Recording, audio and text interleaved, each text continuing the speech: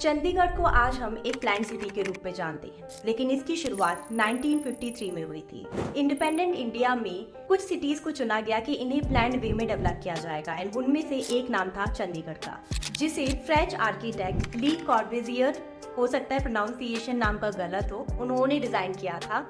And दूसरी तरफ गुड़गांव, जो आज मेजर आईटी कंपनीज का घर माना जाता है, एक टाइम पे एक छोटा सा गांव था जहां पर मैक्सिमम लोग खेती करते थे। तो आखिर ऐसा क्या हुआ कि गुड़गांव छोटे से गांव से आज एक डेवलप्ड सिटी बन गया। On the other hand Chandigarh, जो एक टाइम पे one of the first planned cities था, उसकी ग्रोथ और डेवलपमेंट स्लो हो गया।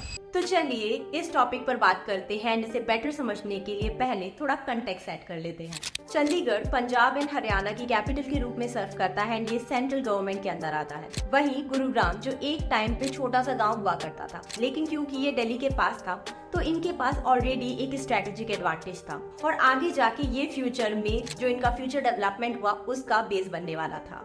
एंड बेसिकली अर्ली 1990s से 2000 के बीच में बहुत सारी ऐसी चीजें हुई जो इन सिटीज के लिए टर्निंग पॉइंट साबित हुई।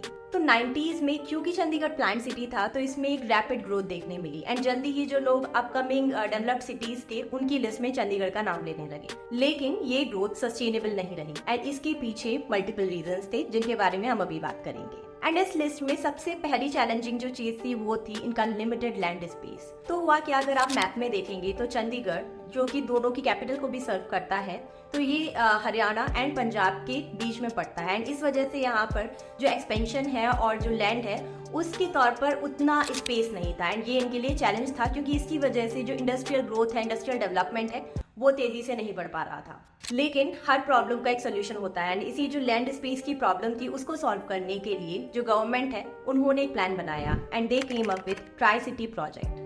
तो इस प्रोजेक्ट के अंतर्गत हरियाणा का पंचकुला एंड पंजाब की मोहाली को चंडीगढ़ के संग मिला दिया गया, जिससे कि जो स्पेस और जो लैंड है उसका इशू खत्म हुआ और जो इंडस्ट्रियल एक्टिविटीज हैं वो तेजी से बढ़ पाए। बट यहाँ पर भी एक प्रॉब्लम सामने आ गई, क्योंकि अभी दो स्टेट्स जो है वो इन्वॉल्व हो गई थी, हरियाणा एंड पंजाब की गवर्नमेंट। इस वजह से जो इम्प्लीमेंटेशन था उसमें प्रॉब्लम आने लगी एंड वो तेजी से नहीं हो पाया एंड इसी वजह से जो कंपनीज, इंडस्ट्रीज थी वो चंडीगढ़ और इस एरिया में जाने के लिए उतना ज्यादा मोटिवेटेड नहीं फील कर रही थी। इवन 1991 के लिबरलाइजेशन रिफॉर्म के बाद भी चंडीगढ़ में जो बहुत सारी इन्वेस्टमेंट है वो नहीं आ रही थी। ऑन द अदर हैंड अगर हम गुरुग्राम की बात करें तो वहाँ पर इन्वेस्टमेंट आना स्टार्ट हो गई। दूसरी तरफ गुरुग्राम को 1991 की इकोनॉमिक रिफॉर्म्स का फायदा मिलने लगा एंड उसी के साथ क्योंकि ये दिल्ली के पास में था तो इनके पास रिसोर्स एक्सेस तो था ही।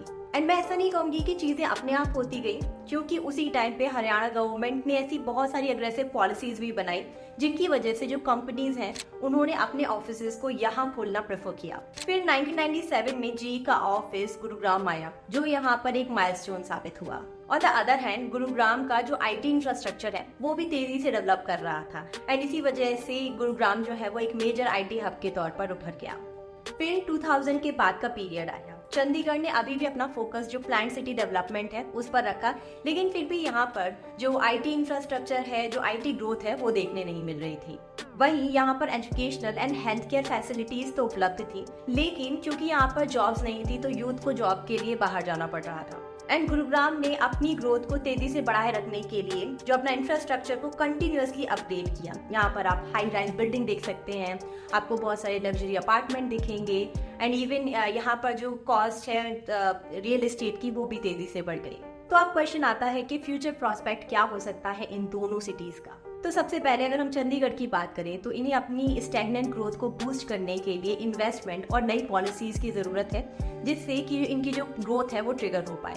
एंड यहाँ पर education and health care services already उपलब्ध हैं, तो इन पर और भी फोकस किया जा सकता है। सो यहाँ पर smart city initiatives and new industries को अट्रैक्ट करना बहुत जरूरी है। सो गुड़गांव ऑलरेडी एक मॉडर्नाइज कॉर्पोरेट हब है एंड इन्हें चाहिए कि फ्यूचर में भी जो अपना इंफ्रास्ट्रक्चर है उसको अपडेट करते रहे। उसी के संग जो पॉलिटिकल इश्यूज कुछ होते रहते हैं, आपने देखा होगा, जिसकी वजह से ये न्यूज में बने रहते हैं, तो वो चीजें होना अच्छा नहीं है, क्योंकि इससे जो आईटी कंपनीज हैं वो डिस्करेज होती हैं, कई बार ऐसे डिसीजन भी ले लेती हैं कि वो यहाँ से ऑफिस को दूसरी जगह शिफ्ट करेंगी। वहीं स्मार्ट सिटी मेट्रो एक्सपेंशन के साथ इनका फ्यूचर ब्राइट दिखता है एंड इन्हें आने वाले टाइम में जो एनवायरमेंटल इश्यूज हैं, बाकी के जो ट्रैफिक इश्यूज हैं उन पर भी ध्यान देना चाहिए। So basically Chandigarh and Gurugram दोनों ही अपने आप में एक इम्पॉर्टेंट सिटीज हैं, लेकिन कुछ चीज़ें हैं जिसका अगर दोनों सिटीज ध्यान रखेंगी तो फ्यूचर ब्राइट हो सकता है। आपको ये वीडियो कैसा लगा मुझे कमेंट सेक्शन में बताइए। जल्दी ही दूसरे वीडियो के साथ मिलेंगे, तब तक के लिए बाय, टेक केयर।